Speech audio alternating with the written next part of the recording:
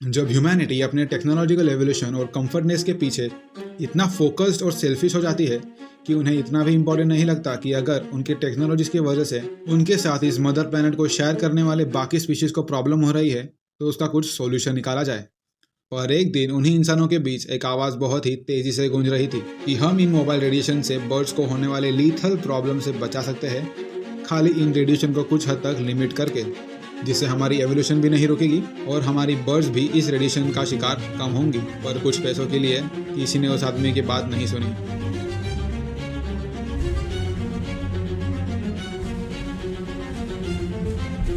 और वो रोज अपनी पक्षियों को तड़पता और मरता देख एक दिन खुद भी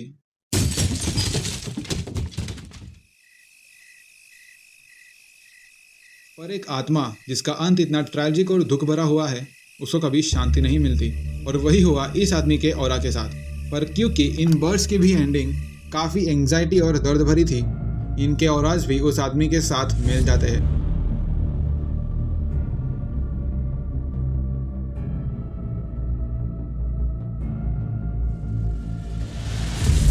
और इस तरह से पैदा होता है इंसानियत पर उसका आज तक का सबसे बड़ा खतरा, पक्षी राजन।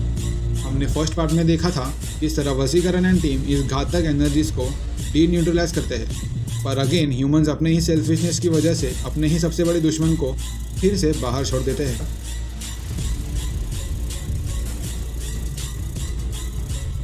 पक्षी राजन बड़े ही चालाकी से ह्यूमंस के एक लौते सेवियर चिट्टी का सिर धड़ से अलग करके उसे डिस्ट्रॉय कर देता है।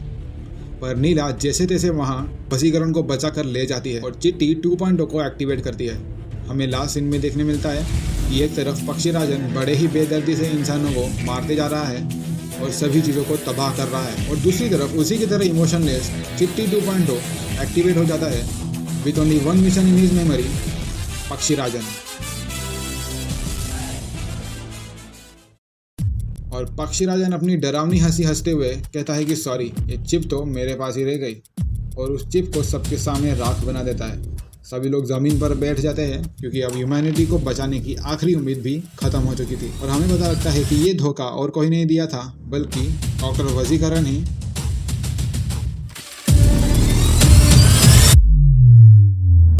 इस मूवी की शुरुआत होती है बहुत ही ब्यूटीफुल सनसेट से, और जैसे ही कैमरा जूम आउट होता है हमें दिखते हैं बहुत से फार्मर्स जो खेती कर रहे हैं।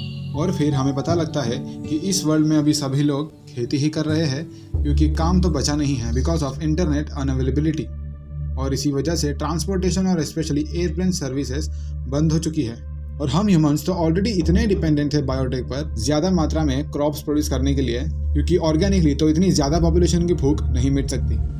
फिर एक दिन पक्षी राजा देख लेता है कि किस तरह ह्यूमंस एग्स और चिकन्स को भी आर्टिफिशियली प्रोड्यूस कर रहे थे। फिर क्या, ये सब देखने के बाद पक्षी राजा ने पूरी दुनिया की बायोटेक फैक्ट्रीज तबाह कर दी और इस टेक्नोलॉजी को भी जड़ से मिटा दिया।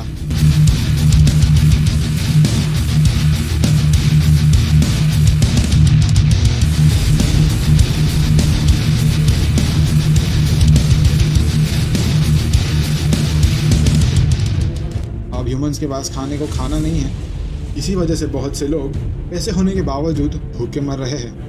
और एक सीन में तो हमें दिखाया जाता है कि कुछ जगह तो लोग भूख के मारे सड़क के कुत्ते बिल्लियों को भी खा रहे थे because they have no other options left. और जो लोग ये सब नहीं कर पा रहे थे वो भूख के कारण मरते जा रहे थे। इसी कारण ह्यूमंस की पॉपुलेशन कम होती ही जा रही थी। ह्यूमन सिविलाइजेशन पर उनका सबसे बड़ा खतरा आ चुका था।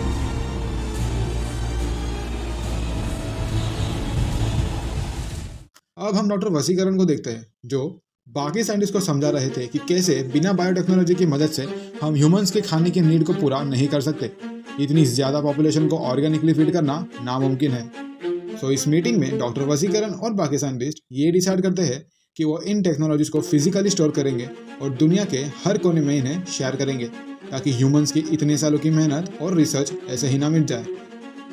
इन साइंटिस्ट में से एक वसीकरण के काफ़ी अच्छे कलीग होते हैं, इनका नाम होता है आइंस्टाइन। इन साइंटिस्टों का मेन कंसर्न ये होता है कि ह्यूमन एवोल्यूशन पीछे ना हो जाए, क्योंकि अब तक ये सारी इन्फॉर्मेशन एंड टेक्नोलॉजीज को हम ह्यूमंस ने इंटरनेट पर सेव कर रखा था because it was the safest place. सारी उम्र में जो अब हम देखते हैं इन इन्फॉर्मेशंस को वसीकरण अपने कंप्यूटर के ऑफलाइन फाइल्स में सेव कर रहे थे। अब डॉक्टर वसीकरण 2.0 के साथ एक प्लान बनाते हैं और ये सब इंफॉर्मेशन पक्षीराजन तक जानबूझकर लीक करवा देते हैं। और अब अगले मीटिंग में डॉक्टर वसीकरण पूरे तैयारी के साथ बैठे रहते हैं। और तैयारी से मेरा मतलब है उस पॉजिटिव एनर्जी जनरेट करने वाला डिवाइस को उसी रूम में सेटअप करके रखे हुए होते हैं, ताकि जैसे ही पक्षी आए ये उस डिवाइस को स्टार्ट करके पक्षीराजन को फिर से न्यूट्रलाइज कर सके। अब सभी लोग नर्वस होकर एंटिसिपेट कर रहे हैं पक्षीराजन के आने की। और फिर अचानक से रूम की लाइट्स बंद हो जाती है और आवाज़ आती है। सडनली सारा रूम रेड लाइट से भर जाता है और सभी लोग डर के ऊपर पक्षीराजन को देख पाते हैं।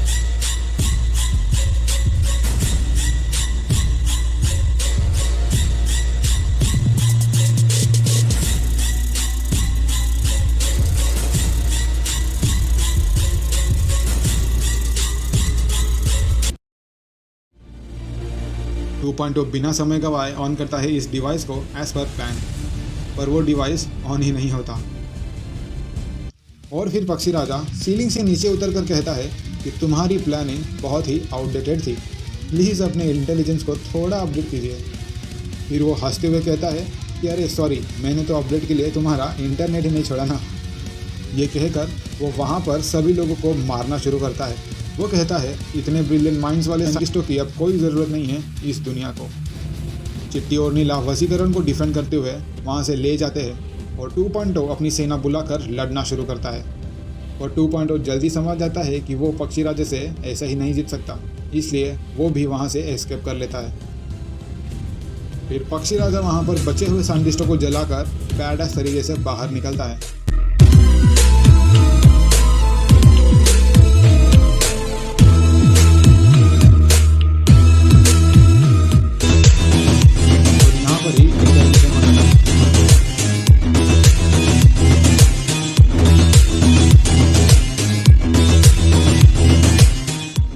अब डॉक्टर वसीकरण काफ़ी डिस्टर्ब लगते हैं।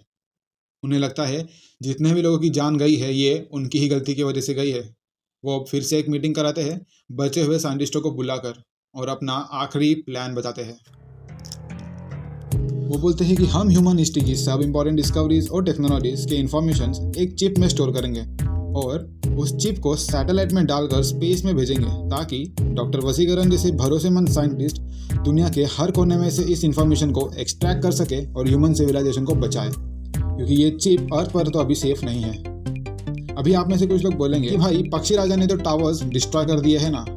अरे इसीलिए तो इसका एक्सेस उन चुनिंदा साइंटिस्टों को दिया है, क्योंकि उनके पास उनका खुद का रिसीवर रहता है, सिमिलर टू दिस डिवाइसेस, जैसे ये डिशेस सीधा सैटेलाइट से अपना सिग्नल रिसीव करते हैं। अब सब डॉक्टर वसीकरण के साथ कुछ साइंटिस्ट भी पहुंच जाते हैं इस रोज चेन्नई में, और यहाँ पर आकर कई दिनों तक काम करके सभी लोग सैटेलाइट बना लेते हैं। इसी दौरान हमें 2.0 सीक्रेटली कुछ मोबाइल्स बनाने में बिजी दिखता है। एट लास्ट वो सैटेलाइट लॉन्चिंग का दिन आ गया है।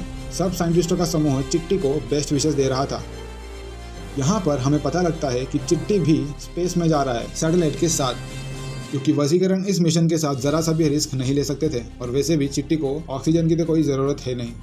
अब सक्सेसफुली वो रॉकेट लॉन्च हो जाता है। बाय द वे ये रीयूजेबल रॉकेट है। सब खुशी से जश्न बना ही रहे होते हैं कि एक इविल हंसी सुनाई देती है और पक्षी कुछ ऐसे प्रकट होता है इस सभा में, और वो कहता है कि तुम लोग किस बात का जश्न बना रहे हो। हाथ में वो चिप निकाल कर वो बोलता है उप्स, वो चिप तो मेरे पास ही रह गई है, और इस चिप को सबके सामने राख बना देता है। अब इसके आगे क्या होगा देखिए अगले एपिसोड में। अरे सॉरी, लेट्स कंटिन्यू। हमें एक ट्विस्ट पता चलता है कि शुरुआत से ही डॉक्टर वसीकरण के ग्रुप में से एक साइंटिस्ट पक्षी राजन के साथ मिला हुआ था।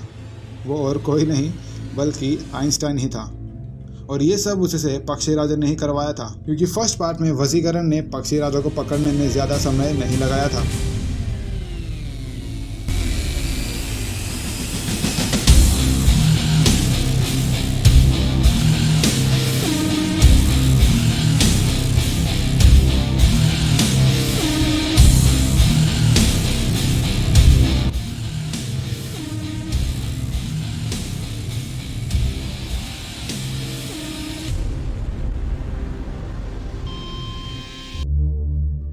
वो तो उस पागल की वजह से फिर से बाहर निकल गया था, इसीलिए पक्षी राजन की नज़र हमेशा से ही वसीकरण पर थी। और उसने वसीकरण के सबसे भरोसेमंद पार्टनर को ही धमका कर अपने साइड ले लिया था। बाकी सभी लोग रो रहे होते हैं क्योंकि अब सब खत्म हो चुका था और सब सर झुकाकर हिम्मत हार कर जमीन पर बैठ जाते हैं। ह्यूमन सिविलाइजेशन को बचाने की आखिरी उम्मीद मर चुकी थी और पक्षीराजन वहां पर लोगों को जलाने की तैयारी शुरू करता है और वो कहता है कि सबसे पहले वसीकरण मरेगा क्योंकि वो इन सब का लीडर जो है। पर उतने में ही डॉक्टर वसीकरण भी जोर जोर से हंसना शुरू करता है। फिर वसीकरण कहते हैं, ये तो मैं पहले ही समझ गया था कि हमारे ऑर्गेनाइजेशन में से कोई हमारे प्लान्स लीक कर रहा है, पर वो कौन हो सकता है वो मुझे नहीं पता था, वरना उस दिन हमने उस रूम में वो डिवाइसेस लगाए हैं वो पक्षी को कभी पता ही नहीं चलता। इसलिए मैंने अपना असली प्लान कभी किसी को बताया ही नहीं, सिवाय मेरे अपने इन्वेंशंस को छोड़कर। और वो कहता है कि सब इम्पोर्टेंट इन्फॉर्मेशन जो चिप में होनी चाहिए थी वो तो चिट्टी के मेमोरी में ही है। अब हमें रोबो मूवी का वो फ्लैशबैक दिखाया जाता है जिसमें दिखाया गया था कि चिट्टी बुक्स को बाहर से ही 2 सेकंड में पूरा स्कैन कर लेता था, इसलिए तो चिट्टी को स्पेस में भेजा है, वो चिप तो एक हलावा था। ये सब सुनकर पक्षीराजन गुस्से से लाल होकर कहता है, अब तुम सब यहाँ से जिंदा बचकर नहीं जाने वाले। पर उतने में 2.0 पक्षीराजन को कॉल आउट करके एक 1 लाइनर मारता है और कहता है, इट्स रिवेंज टाइम पक्षी, और वो अपने 3.0 की सेना को कमांड देता है। यहाँ पर हमें पता लगता है कि 2.0 अपने इस 3.0 की सेना को बना रहा था मोबाइल्स के फॉर्म में, और हजारों की तादाद में ये आकर ये सब रोबोट पक्षी राजा पर चिपक जाते हैं और पॉजिटिव रेडिएशन छोड़ना शुरू कर देते हैं। जी हाँ, डॉक्टर वसीकरण की तरह ही 2.0 भी अपने इस प्लान को किसी को नहीं बताया होता, ना ही वसीकरण को। राजन अब फोन्स के कॉस्ट्यूम से निकलकर असली ऑरा के फॉर्म में आ जाता है और बाहर निकलने की कोशिश करता है। वो छटपटा रहा होता है, पर रूम के पूरे वॉल्स पर ये मिनी रोबोट्स मोबाइल में ट्रांसफॉर्म होकर रेडिएशन लगातार एमिट कर रहे होते हैं और आखिरकार पक्षीराजन पूरी तरह डीन्यूट्रलाइज होकर उन हजारों मिनी रोबोट्स में बढ़ जाता है। जिस तरह पक्षीराजा ने हजारों लोगों को मारा था, कुछ उसी तरह वो खुद भी खत्म हो जाता है। अब सब चीज़ नॉर्मल हो गई है और चिट्टी फिर से धरती पर आ जाता है उन सैटेलाइट्स में इंफॉर्मेशन ट्रांसमिट करके। अब दुनिया के हर कोने में साइंटिस्ट इस इंफॉर्मेशन से सब टेक्नोलॉजीज को फिर से रीबिल्ड करने लगते हैं और सभी चीज़ें बैक टू नॉर्मल आने लगती है। उतने में ही हमें एक सीन दिखाया जाता है कि सभी लोग वसीकरण, 2.0, चिट्टी और नीला घर पर होते हैं और 3.0 रोबो करके वाइब्रेट होने लगता है और वो सीलिंग पर जाकर चिपक जाता है and suddenly room red light से भर जाता है, बिल्कुल वैसे जैसे पक्षीराजन किया करता था। और कैमरा ऊपर जा ही रहा होता है कि